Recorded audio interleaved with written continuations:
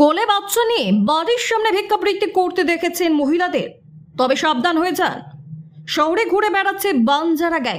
আপনার সামান্য অসাবধানতার বশে খোয়া যেতে পারে মূল্যবান সামগ্রী ও নগদ।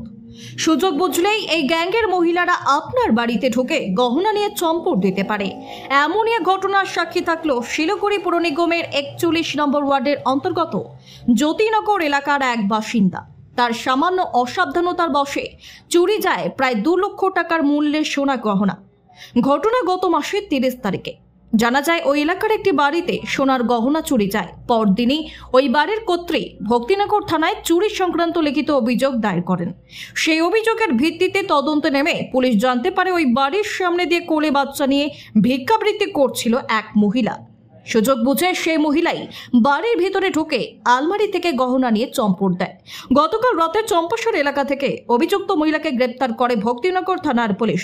তার নাম বাবনী ব্যাদ, বয়স 20 বছর, বাড়ি পশ্চিম বর্ধমান জেলার জামুরিয়ায়। অভিযুক্ত চম্পাসর এলাকায় একটি ঝুপড়ি ঘর বানিয়ে থাকত। পুলিশের অনুমান এই মহিলা আরও একাধিক জায়গায় একইভাবে চুরির ঘটনা ঘটিয়েছে। ধৃত মহিলাকে বুধবার জলপাইগুড়ি আদালতে পাঠানো হয়। প্রতিটি থানাকে সতর্ক করে দেওয়া হয়েছে, যদি এরকম কোনো মহিলাকে দেখতে পাওয়া যায় তাহলে যাতে পদক্ষেপ নেওয়া হয়। এই ঘটনায় আরও কেউ জড়িত রয়েছে কিনা তার তদন্ত শুরু করেছে পুলিশ।